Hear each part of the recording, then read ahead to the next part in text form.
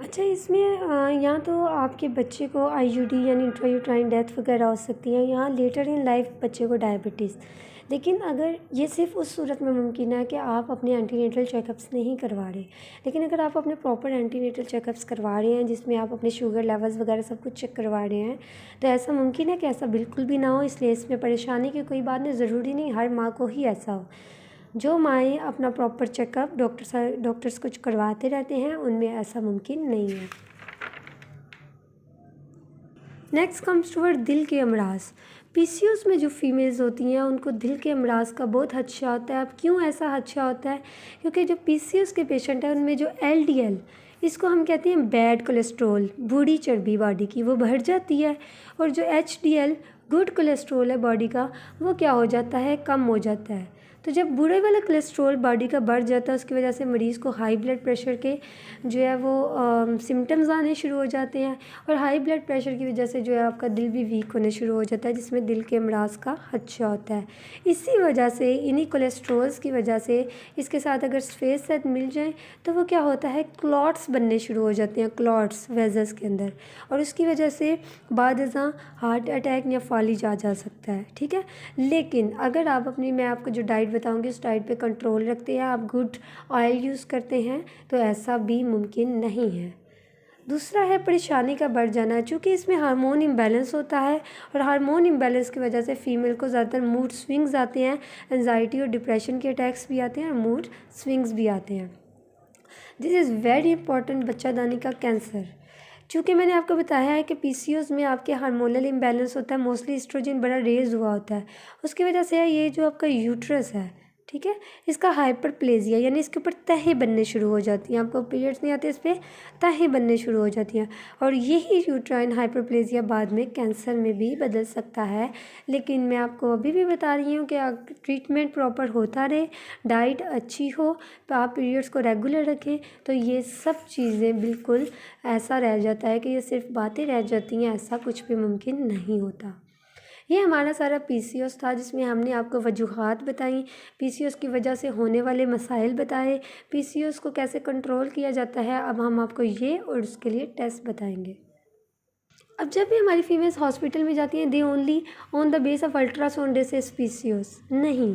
PCOS के लिए आपका जो भी डॉक्टर है, एक तो उसको मुकम्मल एजुकेटेड होना चाहिए, ठीक है, उसमें आप लोग अपने 3 टेस्ट आप ख़ास सब बंदों को मेरे मुताबिक करवाने चाहिए। एक तो आपके हार्मोन के टेस्ट होने चाहिए जिसमें आपका FSH, LH, oestrogen, progesterone, androgen, ठीक है, ये टेस्ट आपके ज़रूर होने चाहिए। लेकिन एफएसएच, एलएच, एंड्रोजन एटलीस्ट आपके ज़रूर होने चाहिए, क्योंकि एफएसएच ही वो हार्मोन है जिन्होंने आपके फॉलिकल्स की ग्रोथ करानी होती है, आपका फॉलिकल्स को प्रॉपर साइज़ पे लेके जाना होता है। अगर यही हार्मोनल इम्बैलेंस है तो आपके फॉलिकल्स ही प्रॉपर ग्रो नहीं करेंगे। एंड्रोजिन का भी मैंने आपको बताया है। तो आपको हार्मोन्स के टेस्ट, शुगर का टेस्ट करवाना चाहिए, आया आपको इंसुलिन का टेस्ट करवाना चाहिए कि शुगर रेस तो नहीं हो रही है आपकी, इंसुलिन है तो इंसुलिन एक्ट ना कर रही हो, ठीक है, तो आपको ये टेस्ट करवाना चाहिए। फिर आपको अल्ट्रासाउंड करवाना चाहिए।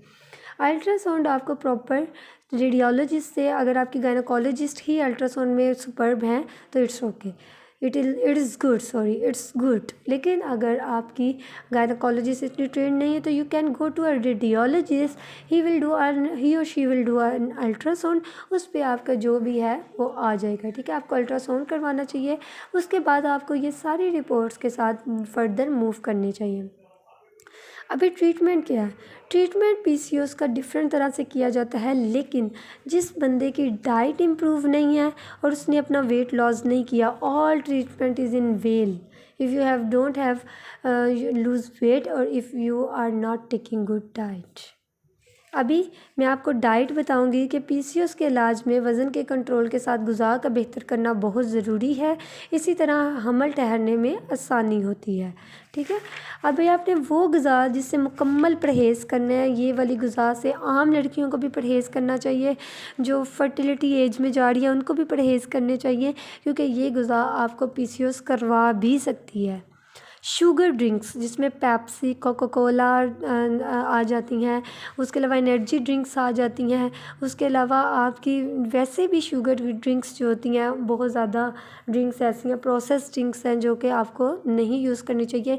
इनकी जगह आपको फ़्रेश जूसेस जितने मर्ज़ी आप लेना चाहिए, आप फ़्रेश जूसेस इसका इस्तेमाल करें। ऑरेंज जूस लें, कैरेट जूस लें, इसके अलावा आप मज़ीद और मौसमी का जूस लें। इसके अलावा आप और भी जूसेस फ्रूट्स के लेना चाहती हैं तो वो मोर गुड एप्पल जूस ले सकती हैं, उसके अलावा चुकंदर का जूस ले सकती हैं। ये juices are more good as compare to your sugar drink because they are processed and they have a high level of sugar and this will worst a PCOS। Next आ जाता है फ्राइड फूड। अभी हमारे यहाँ concept है कि chicken PCOS कर रहा है। Yes it can happen because हमारे यहाँ चिकन में ज़्यादातर ब्रॉयलर चिकन है, डैट इज़ जो हमारी ज़्यादातर ये चिकन है वो स्टेरॉइड इंजेक्शंस का रिज़ल्ट है, लेकिन it is not the main cause. Actual the cause is the fried and processed meat, not the chicken. Chicken आप स्किनलेस चिकन यूज़ कर सकते हैं, ईज़िली यूज़ कर सकती हैं, या it is good in PCOS like the chicken that has less skin, like अब गर्दन का गोश्त मुर्गी में, ठीक है, उसकी वो वाले पार्ट्स का गोश्त जहाँ पे स्किन कम है वो आप आसानी से यूज़ कर सकते हैं। उसकी टांगों का गोश्त यूज़ कर सकते हैं, ठीक है, उसके बैक का गोश्त यूज़ कर सकते हैं। तो आपके लिए चिकन इज़ द गुड। ऐसा नहीं है कि चिकन, लेकिन वो वाले पार्ट्स जहाँ पे आपको लगे कि ब्रेस्ट है, लाइक थाई है, उसको थोड़ा अवॉइड करना चाहिए, ठीक है। उसके बाद आ जाता है आपका फ्राइड फूड। फ्राइड फूड में आपके ये आ जाते हैं, फ्राइज़ आ जाते हैं, समोसा आ जाते हैं, कोई भी ऐसी चीज़ जो कि आपको लगे ऑयल में बहुत ज़्यादा पकने के बाद पकोड़ा आ जाते हैं। ये ऐसी होती हैं कि आप ऑयल में बहुत ज़्यादा, उससे क्या होता है कि ये वाला कॉन्सेप्ट आ जाता है बैड कोलेस्ट्रोल वाला। तो आपने तो बैड कोलेस्ट्रोल से बचना है, तो लिहाजा you have to withdraw the fried food, you have to withdraw the processed meat। processed meat मैंने यहाँ कहा है, ठीक है। प्रोसेस्ड मीट होता है जैसे आपका हैमबर्गर, हॉट डॉग, स्टेक्स आ गए, सॉसेजेस में आ गया, उसके अलावा आप कोई भी ऐसा ग्रिल्ड चिकन्स होते हैं, ये आप चीज़ों यूज़ करने बंद करें क्योंकि it is the main cause of the PCOS in our country as compare to the fresh chicken. लेकिन आपको रेड मीट के बारे में कहा जाता है, वो PCOS को प्रमोट नहीं करती। रेड मीट यानी गाय के और बकरी के गोश्त के बारे में है कि उसमें क्या होता है कि वो आपकी बॉडी में प्रोजेस्टेरॉन के लेवलिंग थोड़े रिड्यूस करती है, इसलिए अगर आपके प्रेगनेंसी के चांसेस होते हैं तो प्रोजेस्टेरॉन कम होने की वजह से आपका हमल प्रॉपर ठहरता नहीं है, ठीक है। तो इसलिए मैंने यहाँ प्रोसेस्ड की बात की है हर चीज़ की, ठीक है। तो इसलिए मैं आपको रेड मीट से थोड़ा अवॉइड ही करने का कहूँगी। फिर आ जाता है प्रोसेस्ड फूड जिसमें केक, कैंडी, मीठा दही आ जाता है, आइसक्रीम वो वाली जिसमें चीनी ज़्यादा। ये हर चीज़ प्रोसेस्ड है जो कि बार बार हम डिफरेंट चीज़ों को मिला के उनको बार बार यूज़ में ला के तो फूड तैयार करते हैं। तो that is more important fast food मैं आपको कह रही हूँ, ना कि फ्रेश फूड, ठीक है। अभी मैं आपको PCOS के लिए वो वाली खुराक जो कि आपको बढ़ा देनी चाहिए उसमें है, this is the fish is the best meat you can take in the PCOS। उसमें से tuna fish, salmon fish, mackerel fish जो है वो ज़्यादा अच्छी होती हैं as compare to other fish, लेकिन this is the one of the good meat you can use in the PCOS as compare to mutton, beef, ठीक है।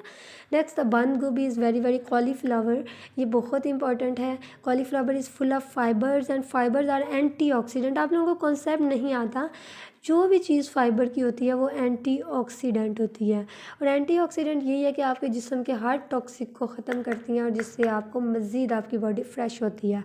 एंटीऑक्सीडेंट सब्ज़ सब्ज़ियाँ भी है, साग, पालक, केल वगैरह ये सब खाने चाहिए।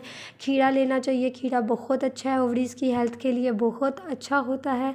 सलाद लेनी चाहिए। टमाटर PCOS में इसलिए ज़्यादा अच्छी तरह यूज़ किए जाते हैं क्योंकि टमाटर में एक कंटेंट होता है जो कि as a best antioxidant act करता है। अगर आपको स्पाइसेस है तो सारी स्पाइसेस जो कि आप हल्दी और इलायची एक अच्छी स्पाइसेस है जो कि आप यूज़ कर सकते हैं। All it is not spices, लेकिन आप चाय पीनी है तो आप चाय में कैडमम चाय वाली टी ले लें विदाउट शुगर, तो इट्स गुड। नट्स आपको बहुत अच्छी होती हैं PCOS में, बादाम, अखरोट, पिस्ता, काजू, एवरीथिंग इज़ गुड, ठीक है। उसके बाद once you get pregnancy, you get conceive, तो फिर आपको नट्स विथड्रॉ कर देने चाहिए क्योंकि it can lead to increase ये आपके बॉडी का टेम्परेचर इंक्रीज़ करते हैं और ये आपके अमल में मुश्किल करते हैं, तो आपको ये चीज़ें वक्ती तौर पे रोक देनी चाहिए, ठीक है। But in for PCOS it is very good diet.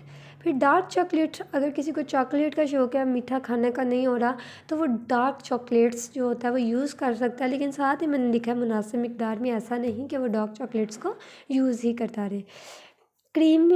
Creamy cheesy food को अवॉइड करें। कहते हैं ऐसा बहुत ज़्यादा नहीं है कि थोड़ा सा मिल्क रेशो भी अपनी कम कर देनी चाहिए। चने की दाल, लोबिया, सफ़ेद चने, मुख्तलिफ दालें, काले चने are the best for the PCOS. इनके आप सूप्स भी पी सकते हैं, ये बहुत अच्छे फाइबरस डाइट होती है, बहुत अच्छे होते हैं। प्रोटीन भी मिल जाएगी आपको, फाइबर भी मिल जाएगा, ठीक है। तो आपका वो जो थोड़ा मीट और वो चीज़ों की डेफिशिएंसी है वो पूरी हो जाएगी, और मीट की डेफिशिएंसी आप फ़िश से भी पूरी कर सकते हो।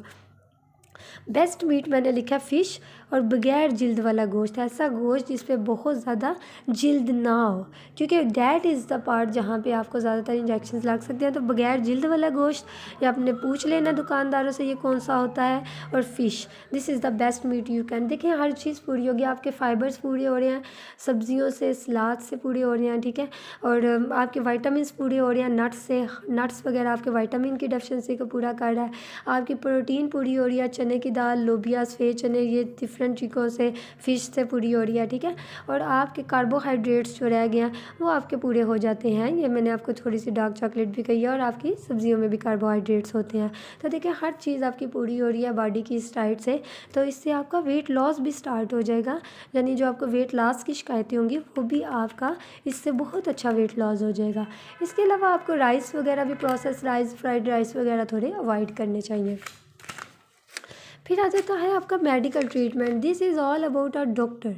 ये मैंने आपको बताया है कि एक ऐसा ट्रीटमेंट जो कि आपका वेट लॉस करेगा, आपकी डाइटरी हैबिट्स अच्छी करेगा। अब आ जाता है medical treatment. I can not tell the medical treatment on the online because it's illegal. आपको अपने डॉक्टर से प्रॉपर टेस्ट करवा के उसके बाद डॉक्टर डिफरेंट चीज़ें, मैं आपको सिर्फ कॉन्सेप्ट दे सकती हूँ। डॉक्टर्स क्या क्या यूज़ करते हैं, वो बर्थ कंट्रोल पिल, शुगर कंट्रोल पिल्स करते हैं, मेडिकेशन फॉर अदर, यानी आपको एक्नी है उसकी मेडिकेट करेंगे, आपको हिर्सुटिज्म है उसके लिए। तो ये पिल्स आप खुद कभी भी डिसाइड नहीं कर सकते। मैं सिर्फ इसलिए कॉन्सेप्ट दे रही हूँ कि आप जब भी ये पिल्स लो तो उनको विदड्रॉ मत करो एकदम, उनको एकदम छोड़ो मत, उनको मिस मत करो, क्योंकि आपका पूरा साइकिल ख़राब हो जाता है। लेकिन अगर आपकी पिल फॉर एग्जांपल एक मिस हो भी गई है तो आप अगले दिन अगली वाली पिल लो, ना कि डबल पिल लो। कभी भी डबल पिल नहीं लेनी चाहिए। नेक्स्ट डे आप अपनी वही पिल लो तो आपका इतना नुकसान नहीं होता। शुगर कंट्रोल पिल्स लाइक कुछ मेडिसिन हैं जो हम यूज़ करते हैं, मेटफॉर्मिन वगैरह, उससे आपको कुछ चीज़ें आती हैं। कई लोगों को जीआईटी इरिटेशन होती है, कई लोगों को आपको डायरिया वगैरह हो जाता है, कई लोगों को डिजीनेस होती है। तो लेकिन इट इज़ वेरी नेसेसरी, अगर डॉक्टर्स आपको ये दे रहे हैं तो वो कुछ सोच के ही दे रहे हैं। तो आपने ये चीज़ें, आपने जब भी पीसीओएस का ट्रीटमेंट करवाना है तो अपने रेजिस्टेंट होकर ट्रीटमेंट करवाना है। ट्रीटमेंट को 6 महीने 7 महीने बाद रोकना नहीं है। Sometime treatment can lead to 2 years। उसके बाद